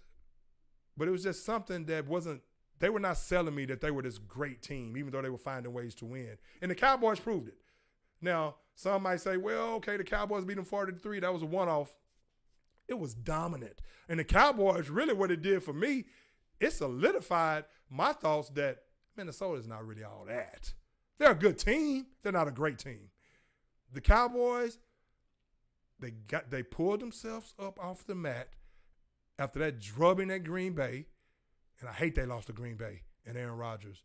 I mean, it's all Green Bay just always has the Cowboys number. Now I have to touch on that game because that's a loss. That goes as a loss and that may come back to haunt them at the end of the season. But it is what it is. They went to Green Bay, got beat. Maybe they learned something from it. Maybe they became even closer as a unit from that. All the ridicule, everybody talking about how weak they are on the defensive side of the ball in the run game. Maybe that pulled them together for the remainder of the season. Not only for that game against Minnesota, but also for the remainder of the season, for the game upcoming against the Giants. Maybe that's something that now that team camaraderie is even that much stronger. They've always seemed to be a tight-knit group, the Cowboys, this season. Now they're even more tight-knit. I'll tell you this. I was ready to come in here and talk about Dak in that Green Bay game. Now, the interception, and I wasn't going to dog Dak to that degree. I don't think he played terrible in that game. But one thing that I was noticing that I've always noticed, and you all heard me talk about it back when Dak was up for the contract. I said, I like Dak Prescott, but he's not one of those elite quarterbacks. Now, is he a franchise quarterback? Yes. But I have to see him do it in the playoffs before I'm really completely sold. Of course, they're paying him like a franchise quarterback. I love him as a leader. If you talk about his intangibles and things of that sort, and he's going to put up some gaudy numbers. But what I said when they lost to Green Bay is when you really need him most against other great quarterbacks or other great teams, he doesn't come through. He doesn't come through. That interception, CeeDee Lamb, that second interception with CeeDee Lamb, that was CeeDee Lamb's fault. CeeDee Lamb has to cross that safety and come across that safety right there. I'm talking about the Green Bay game on Dak's second interception. That was CeeDee Lamb's fault. So they were not on the same page right there, but that was on the wide receiver on that one. But I just want Dak to be more of that guy that, like he was against Minnesota, where you're throwing touchdown passes to Pollard. CeeDee Lamb is now, he's looking like a number one because he's becoming more consistent catching the football. And now I think he really views himself as a number one. And not that he's ever lacked for confidence. Now I just think he's understanding the game more. He's understanding how defenses are trying to play him, trying to take him away, what they're trying to do. So obviously, as the weeks progress, he's getting more comfortable in his route adjustments and things of that sort. Plus, he's holding on to the football. He's catching the football and being the tremendous talent that we know him to be more consistently. So you have him, you have Michael Gallup. Each week, Gallup made some big plays last game against Minnesota. Each week, he's getting stronger and stronger. And that's going to bode well toward the remainder of the season. That's all I'm looking for Michael Gallup right now. Of course you want Michael Gallup to make some plays and help the team win, which he did last week. But coming off that ACL, all you want to do is you do not want to see him have any setbacks, which he hasn't. You want him to get stronger each week, week in and week out, get more confident. He's not out there limping around. He's not out there playing with a brace. He's not on a play count. He's out there balling. So each week, he's only going to get better. And now you're going to see, as the weeks progress, Michael Gallup has always been a deep threat. Now you're going to see him. I think you're going to see him. Now he's going to add that other element for the Cowboys in the pass game as far as being that deep threat that they covet. And if they get a healthy Odell Beckham Jr., I mean, come on now. what's really going on. So I don't know how healthy he is. Odell is talking like he's healthy, and he's probably going to sign with the Cowboys. But the same with him. Once he gets in there, just find your footing. Then the last game or two of the season, be hitting your stride. They're not going to play him if he's not healthy. He's not going to play if he's not healthy. But he's not going to – I don't think he's going to come in there just hitting the ground running, and I don't expect him to. If he does, fine. But stay healthy, progress each week, get better, get more confident, get in tune with the offense, what the offense wants you to do, the same with Michael Gallup. I'm telling you, you're going to see Michael Gallup become even more of a part of this offense as far as being a deep threat now, because each week he's getting more healthier with that knee. He's getting more confident coming in and out of his cuts. And so Tony Pollard, he's a superstar. He's a superstar. And I heard someone say this yesterday for the first time, and that's a word that I like to throw around, but I like to throw it around when I really believe that that person is a superstar. Let's just call it what it is. Tony Pollard is a superstar.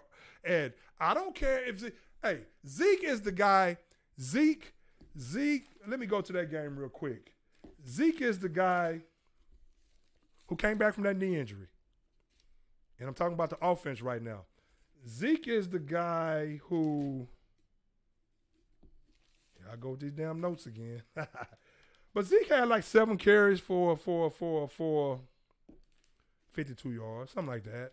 752, 15 carries for 42 yards. I'm sorry. Tony Pollard, again, superstar. I don't care who starts the game because you're still going to need what Zeke brings to the table. People talk about, man, Zeke washed up. Zeke should be, man, please. Zeke is a leader on this football team. Zeke is a voice in the locker room. If Zeke is healthy, he can still give you what you need in the run game. Tony Pollard is the breakaway back. I don't give a damn who starts the game. Like I said a few weeks ago, as long as Tony Pollard gets his touches, as far as running the ball and catching the ball, caught a 68-yard touchdown. I want them to continue to do that. But don't change who you are as far as running the ball, because what Zeke does, he softens the defense up for Tony Pollard. That's what Zeke is about. So people need to peep game. Zeke is getting in there. He's wearing the defense down. Hard, tough yards. Controlling the clock. Time of possession. Moving the chains. Can still give you a big run every now and then. He's softening the defense up for Tony Pollard, who's a big playback, the big play threat that Zeke was his first 2 years. So I don't want get rid of Zeke. That's a bunch of baloney. You play both of them. This is 2022. You need both styles of running backs, in my opinion. And I love the way the Cowboys are using them. And Jerry Jones loved what Zeke brings to the table off the field as far as his voice in the locker room and his leadership qualities. That's what it is. It's not about what Zeke just bringing you on the field. No, Zeke is not going to break an 80-yard touchdown right now. We'll leave that up to Tony Pollard. We'll let Zeke get in there and get those tough yards, just like when they were on the goal line. When they were running the ball with Tony Pollard and he wasn't getting into the end zone, I'm saying to myself, why in the hell is your best short yardage back not in the game? Then they wised up. And put Zeke in the game. And you saw 225 pounds, short yardage back this point in his career. Bam, get the job done. It's a team game, baby. Come on now. What are we talking about here? So, and on the defense side of the ball, they were more stout against the run, but Dak showed up and showed out that game. Very efficient, making all the throws. And what I like about the Cowboys in that game against Minnesota, blowout, 40-3. But what I like about it, they kept their foot on the gas. And that definitely seemed like a must-win for the Cowboys, because it was definitely a must-win in my opinion. Them playing 3 games in 12 days, playing on Thanksgiving against the Giants, a divisional opponent. You know the Giants are going to be looking to redeem themselves. So always a tough matchup, divisional game. You know they're going to try to establish the run, even though the Cowboys were stout this past weekend. You know the Giants, that's what they're going to try to do, because you don't want to give that Cowboys defense a chance to tee off. They had 7 sacks against Kirk Cousins. Michael Parsons had 2 sacks. When you give them a chance to tee off like that, they're going to get to the quarterback. So, but I like how stout they were in the run game and what it does. If they can continue to be like that, but more importantly for the Cowboys, in order for them to be able to rush the quarterback like that, the offense has to continue to score points and capitalize on possessions when they can. They have to do that. If you get out to a quick lead, like they did against Minnesota, everybody say, well, Minnesota abandoned the run. Yeah, they did abandon the run. But if you're down 30-3, I think you're going to abandon the run too. Maybe they abandoned it a tad bit too quick. Maybe. But the Cowboys just kept bringing it. They kept bringing it, and they kept putting points on the board. And then when you do that, and you have a defense like you do who hunts the quarterback, now you put your defense in a position to where they can get after the quarterback if you have the opposing offense playing catch up. So if they can continue to be stout against the run, I know if was a fifth, we'll all be drunk. But I think they have the ability to do that if they just hone in on it and concentrate. Micah Parsons was better against the run in this game, but they were more locked in, more focused. But these teams are not going, they're still going to take their chances on bashing the Cowboys in the mouth and weakening them up, softening them up in their run game. But if the Cowboys play like they did, the totality of how they play on offense again, Dalton Schultz, I think he needs to become a better blocker. That little wide receiver screen they do with Dalton Schultz, has he blocked anyone ever when that's happened? I mean, bro, quit calling that play if you're going to have Dalton Schultz out there because he's not going to make a block. I mean, really. They killed me with that wide receiver screen with Dalton Schultz. I mean, it's almost like he just olays the damn defender. It's like, damn. But he's another person that's getting back healthy from that knee injury. You incorporate him more in the passing game. But if Dak Prescott can continue to be efficient, take shots down the field, open it up for the offense, use Tony Pollard out of the backfield like you did as a wide receiver, a true dual threat weapon. I mean, if Kellen Moore does that and McCarthy, and you just open the passing game up, then, again, Michael Gallup continues to develop. You get Odell. I see the Cowboys, like Jerry Jones say, being a legitimate Super Bowl contender. I really do. So we'll see what happens this upcoming Thursday if they can continue on that trend from this past week. But I love what I was able to see because I thought it was a must-win. I love what I was able to see with everything on the line, with the pressure, with all the vitriol that they had taken from that beat down against Green Bay. Well, they actually, I'm not going to say a beat down in the run game, but the Cowboys should have won that game. Had the lead and relinquished that lead late. Had a 10-point lead in the fourth quarter. So it's not like, they just got blown out in that situation. But they were more stout in the run game and more honed in the run game. But again, teams are going to continue to challenge them.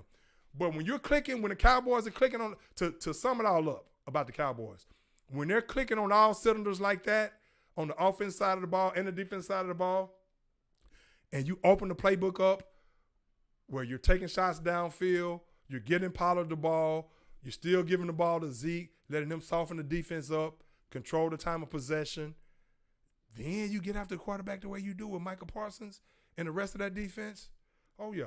The Cowboys are definitely a championship caliber team. What else happened? Bengals beat the Titans. Now, the Chiefs over the Chargers. Come on, man. Patrick Mahomes. I thought my cousin and them were going to get that victory. Of course, y'all know I like watching Patrick Mahomes and the Chiefs too. But I thought my cousin and them were going to get that victory until I saw them give the ball back to Patrick Mahomes with 1:46 left. Skrilla, once they did that, I'm like, oh, man, okay. Even though they were down 4, I said, that's ball game. It's ball game. Patrick Mahomes, what they do with Travis Kelce, who is the best tight end ever in my opinion, plays like a wide receiver, always open. I don't care what kind of coverage you have on him. When you play him in the red zone, you better get some hands on him. You can't let him get free releases because he finds ways to find those open seams in the zone. He finds ways to beat man-to-man coverage. And the way Andy Reid and Eric Bieniemy schemes, when they got that ball back, the victory was 30-27 over the Chargers. Chargers played well. But Herbert got sacked 5 times. Keenan Allen spoiled a good comeback game for Keenan Allen, who looked good coming back. Now you have Keenan Allen back. You have Mike Williams. You have Joshua Palmer. So the Chargers are getting healthy. So the Chargers can still make some noise. But Justin Herbert was sacked 5 times by that Chiefs defense. A very underrated Chiefs defense, I may add.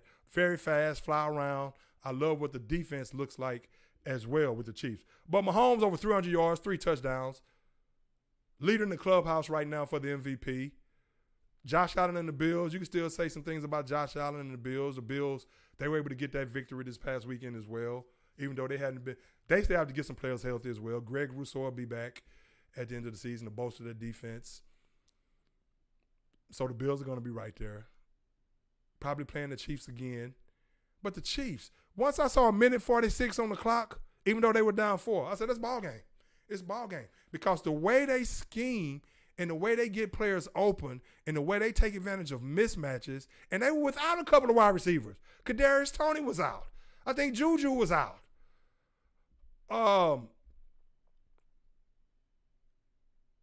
Who else was out? They had a couple receivers out, a few receivers out if I'm not mistaken. I didn't even watch that entire game, but I definitely watched the end of that game. And, man, Patrick Mahomes just continues. I continue to marvel at Patrick Mahomes. But, again, with that scheme, I don't care who they have playing wide receiver or running back. You have a three-headed running back monster, which can beat you out of the backfield, catching the ball, and timely runs, big runs here and there because you're anticipating the pass, and then they give it to one of these running backs who fits their scheme and system very well. I mean, the Chiefs are just a team that if you don't have a substantial lead on them, you might go home very, very sad. Very, very sad. But once I saw a minute and 46 on the clock, I say, Patrick Mahomes is about to happen. That's what it is, and that's what happened. Now, one of the teams I think that can really compete with the, of course, the Bengals are coming on. The Bengals and Joe Burrow, and they're playing without Jamar Chase right now. They actually, of course, they beat the Chiefs last year in the AFC Championship game to go to the Super Bowl. They're coming on, and, of course, they're going to get Jamar Chase back. Joe Burrow threw for over 300 yards, 3 touchdowns the other day. The Titans are the team who really seem like they give the Chiefs the most problems to me. One, because they can run the ball with Derrick Henry, so they can keep Mahomes off the field. At least they can try to. But they can run the ball with Derrick Henry, and they're well coached, and that defense is tough and physical, and they always play the Chiefs tough. They always. So the Chiefs have the Rams coming up. The Rams are a disaster this year. Chargers have the Cardinals coming up, so they both should win those games. The Bengals, the aforementioned Bengals, they have the Titans coming up. So, man, NFL is shaking right now. But you know what? I wanna, before I get ready to get out of here too, and like I said, next week I'll talk a lot more NBA. See what happens tonight in Philly with the Nets. I wish the Rockets can get rolling. Just show me something, Rockets. But again, if you can get Victor Wembanyama, I mean, so it's kind of like, damn it, Rockets. Okay. If you can get that number 1 pick and get 7-4 Wembanyama to go with Sengun, Jalen Green, and KPJ, and you get you a better coach. I really mean that. I really mean that. Sorry, BT, but you know I'm right, bro. But before I get out of here, though, I want to give my condolences. I want to give my condolences to the University of Virginia family for that tragic incident. 3 of those football players getting killed. Wide receiver Devin Chandler and Lavelle Davis Jr., both wide receivers, killed in that tragedy. And linebacker Deshaun Perry, he was also shot and killed. Running back Michael Hollins was injured, all by Christopher Darnell Jones Jr., allegedly. Allegedly, he's the trigger man right there. And what a tragedy. They were coming back from a field trip. He actually walked on the bus. What could make him want to walk on the bus and do something like that to a bunch of students coming back from a field trip? I'm going to tell you right now, I hate to speculate. I don't know. I don't know if the news has come out on why it happened. I don't know if he said why he did what he did or if he's even admitted to doing what he did. So right now I'm going to say allegedly he's the shooter until he's proven guilty in court or until he admits it. And also Marley Morgan, that was another student that was shot. She's recovering at home, so I wish her well. But running back Michael Collins, he was injured in the incident. But those other 3 players, 3 UVA players, tragically killed, what would make him walk on the bus and do something like that? And I don't want to speculate, but in my opinion, there's only two things. And again, I'm speculating. I don't know this. It's over a woman or money. What else could it be over? To make you do something that drastic. You're talking about a tragedy. So my condolences goes out to the families of those victims, and to the ones that's injured, I wish them a speedy recovery. But what a sad incident. Of course, UVA, they've canceled their last two games. The game against Virginia coming up this upcoming weekend, the finale, they've canceled that game, and they canceled the game last week, in which I totally agree with, while they continue to mourn the loss and that tragedy. That is sad right there. But I really look forward, moving on to a brighter note, I really look forward to this Thanksgiving, the Cowboys smashing the Giants, even though I love some of the Giants fans. And you know this weekend, come on now. Seriously? Buckeyes, let's go. Let's get it done. Smash mouth football, throw the ball over the yard, utilize your speed, utilize your weapons. Don't hold nothing back, Ryan Day, in the playbook. I mean, I could talk about some things in that Maryland game, like that 4th and 1 where you tried to pass the ball when you had been having success running the ball in the second half. Don't get all tight like that, bro. Seriously? You got Dallin Hayden smashing, running, getting 5 yards a carry, 5.4 yards a carry, 4th and 1, and you're in the shotgun? Really? I mean, come on now. What are we doing here? So don't get all nervous. Open your playbook up. Utilize every facet of your offense in the pass game. Deep routes, short routes, misdirection, screen passes to the running backs. Open the playbook up against Michigan. Open it up. I'm serious. Open that playbook up. Don't hold nothing back. This is the game right here. Don't be conservative, which I don't think Ryan Day will. But, again, you're all dynamic. You're creative. Show Michigan that they're still not on your level and they still don't have the talent that you have on the field. Show them that this upcoming Saturday. But you know what Michigan is going to try to do. And Harbaugh, I like what Harbaugh said. I like Harbaugh in this press conference when they were asking him about Ohio State. And he didn't give them any bulletin board material. He was just basically saying, hey, there's no reason to hate, even though I know this is a rivalry. I don't have to get up here and say anything negative about Ohio State. It's all about what we do. If we do what we do, and that's run the football and control the line of scrimmage, we're going to win. But he didn't get up there and say anything crazy or give Ohio State any bulletin board material. He gave them their respect, but at the same time, he let his team know that he believes that they're the better team and that they can win if they operate like they know they can operate. So I like his comments in that regard. And hopefully Ryan Day is preaching the same message. If we play like we know we can play. But I'm going to say this before I get out of here about Ohio State in that particular game. The same thing you did against Maryland. Now, of course, Maryland is not Michigan, even though I knew Maryland would be a tough game. The same thing you did against Maryland in the run game in the second half, that offensive line who has two first-round prospects on that offensive line, at least one I know for sure, and Paris Johnson Jr., control the line of scrimmage. Run the football, but not to the degree to where you're taking away from your pass game and you're not opening it up and you're not utilizing the best wide receiver tandem in the nation with Marvin Harrison Jr. and Ibuka. And did I mention, when I say about no excuses, did I mention that the best wide receiver in the nation coming to this season is not playing, who's going to be a first-round draft pick, Jackson Smith and Jigba, and he hasn't even played this season but maybe a half altogether? Did I mention that he's not playing as well?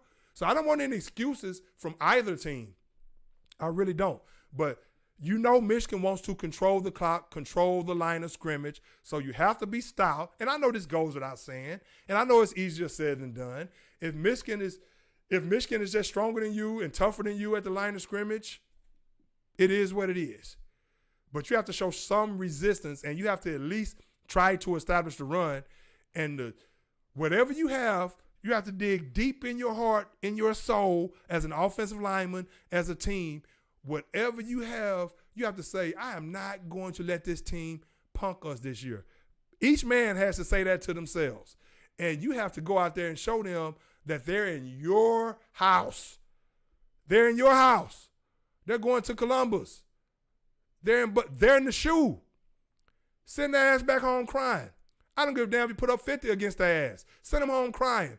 No mercy. I mean, of course, yeah, definitely. If you can out-physical them and run the ball, you know they're going to try to keep the ball away from C.J. Stroud. This is C.J. Stroud's moment right here. Pass the ball around the yard on their ass. I'm talking about all over the field. Send them home crying. I'm serious when I say that. Send their ass home crying. After what happened last year, I don't want no excuses either. And I don't want to hear that, well, if they lose, they can still make the playoffs. Nah. You got to win this game Saturday. You better win this damn game Saturday. And the Cowboys better win Thursday. I'll tell you like that. See you next week. The Sports Court. Legends live and let live. Roo, roo, roo. Hey, Skrilla. Tell them we out of here, bro.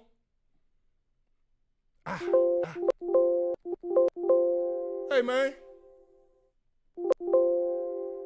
I'm trying. I'm gone.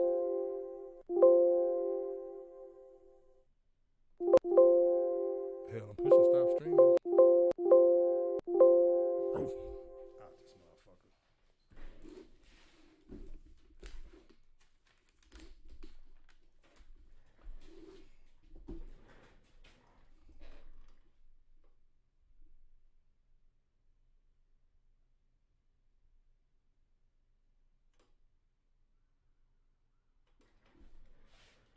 God damn, bro.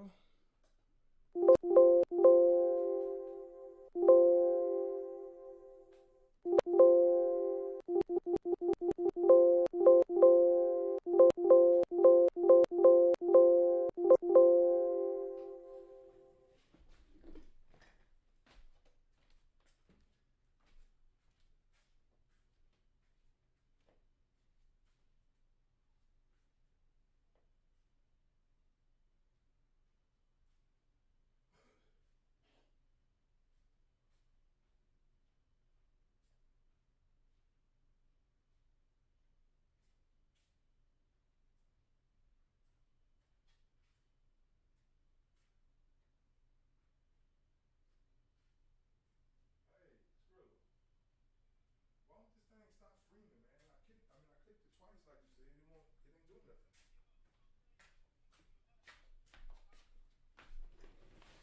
Nah, it ain't doing it. Oh, I did.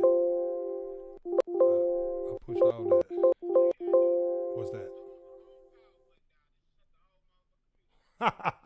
Where that's at? Okay, right here. Where's that? It'll stop streaming like that? Because I'm about to bounce. Huh? It should, huh? All right, if it say I'm live still, oh well, because I'm about to bounce. I just shut it down. I'm out, boy. Peace. Huh? Yeah. I am. I'm looking at it. Yeah. Okay. I got you. Yeah, that's for real, for real. It ain't doing it. I'm looking at it. I'm hitting stop streaming. It ain't doing nothing.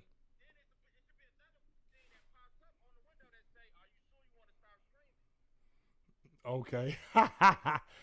Boy, I love. Hey,